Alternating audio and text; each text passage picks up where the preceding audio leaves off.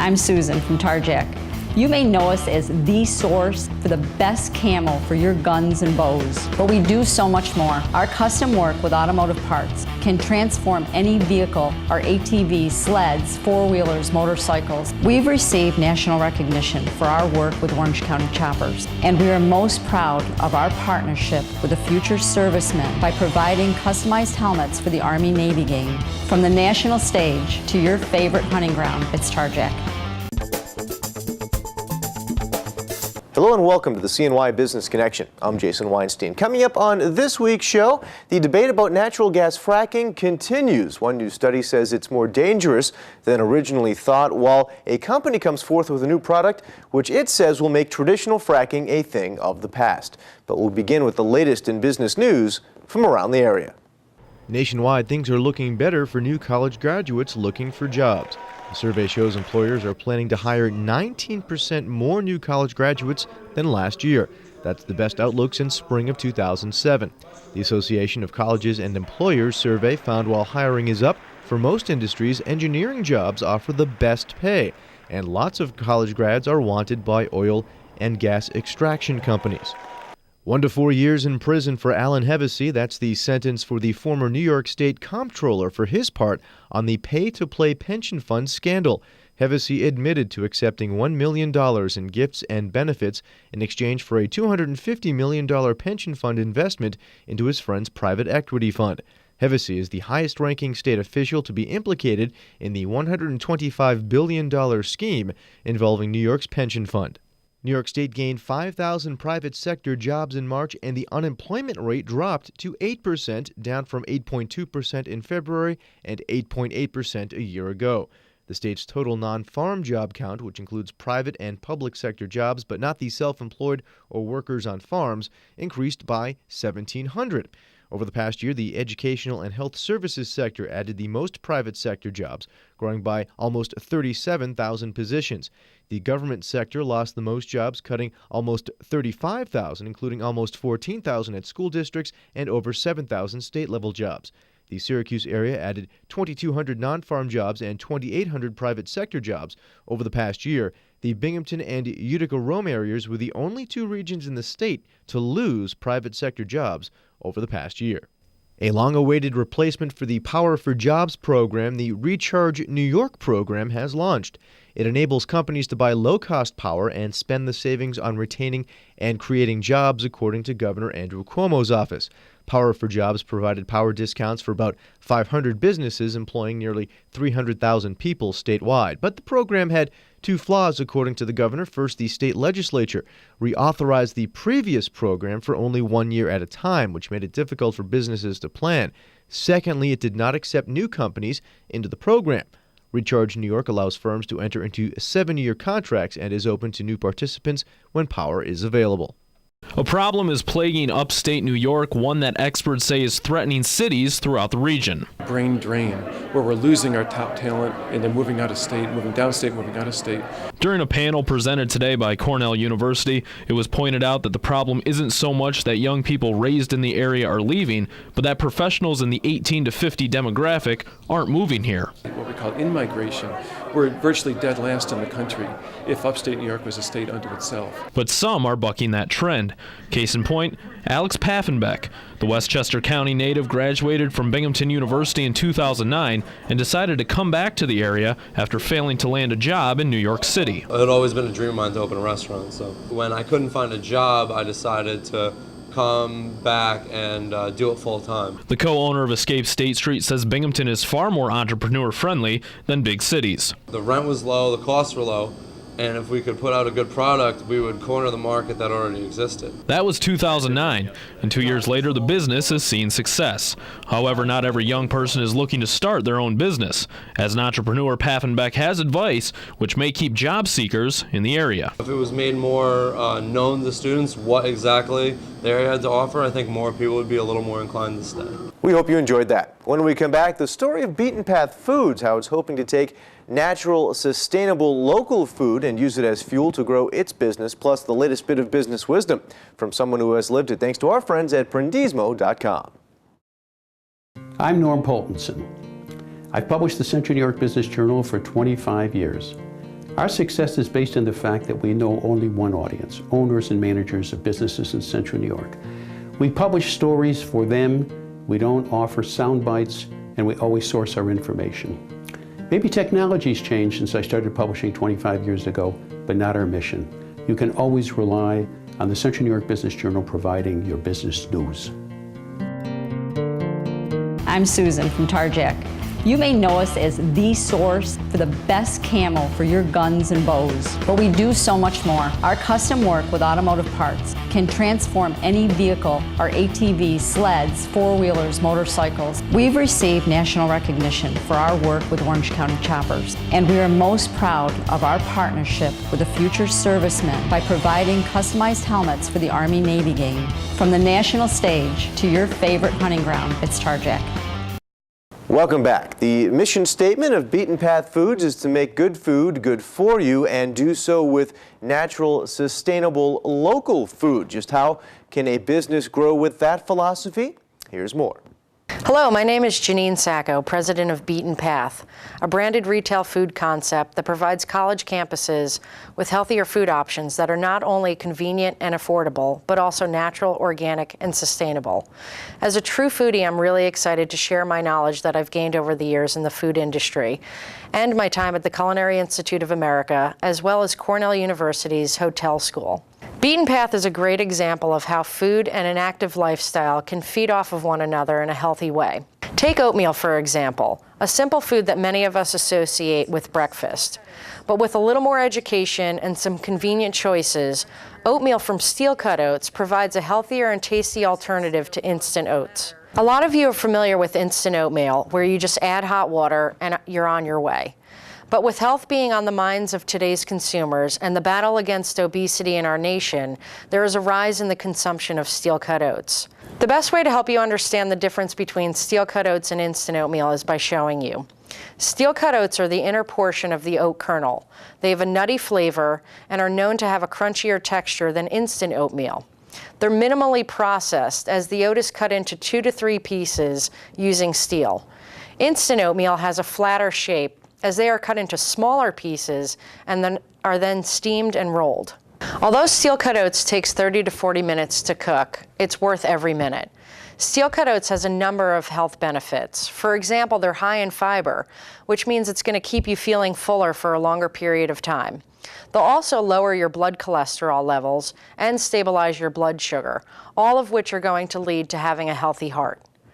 Coming back to my comments earlier on our active lifestyle and the need for convenience, Beaten Path has seen excitement around our family of products called Proats, the steel-cut oat power meal, made from organic steel-cut oats and organic flax seeds. Proats 20 has the addition of egg white powder, giving it 20 grams of protein per serving. And our 2 new additions to the product line are Raspberry Proats, which is made from New York's own all-natural raspberry apple juice, and Sweet Cinnamon Proats, which is made from pure cane light brown sugar. Furthermore, these 2 new additions are made with Apple Boost, a dried apple peel powder. It has the antioxidant equivalent of 1,250 milligrams of vitamin C. Apple Boost is also a product of upstate New York's leading agriculture economy. By combining nutritionally minded ingredients with the steel-cut oats and the convenience of heating them in a microwavable container, Beaten Path provides an option for nutritionally defined oatmeal that tastes really good. Thank you for joining me today. And to learn more about healthy food choices and Proats, the steel-cut oat power meal, go to our website, www.beatenpath.com. Time now to turn things over to our friends at Prendismo.com, partnering with entrepreneurs for success. And this week's bit of business wisdom from someone who has lived it: how failure makes success possible in business.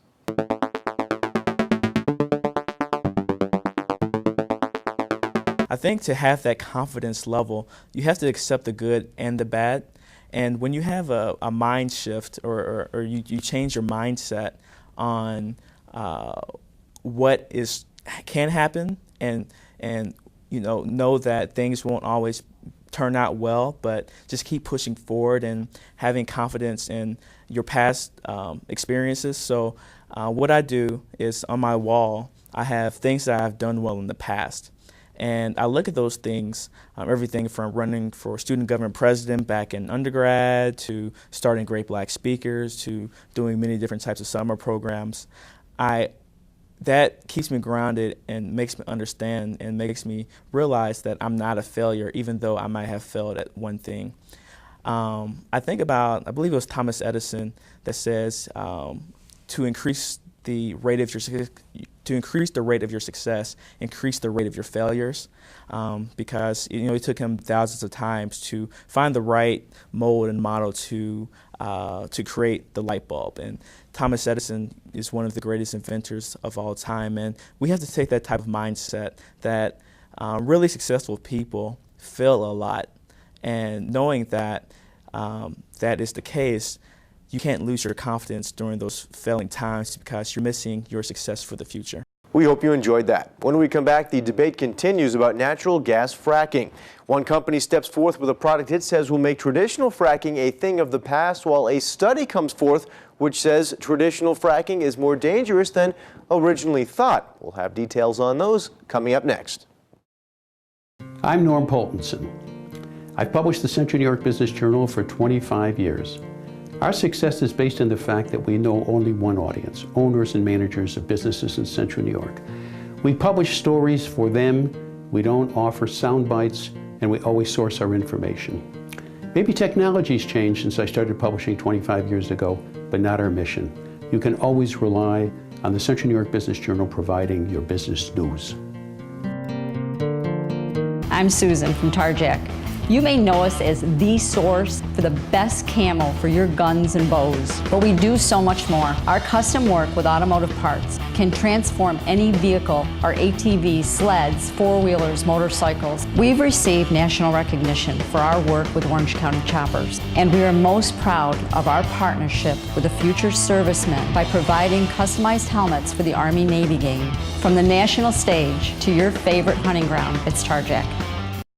Welcome back. Opponents of natural gas fracking may have gotten a boost with a recent Cornell study which states the practice is more dangerous for the environment than originally thought. But is that study based on a large enough sample size? Steve Craig has more.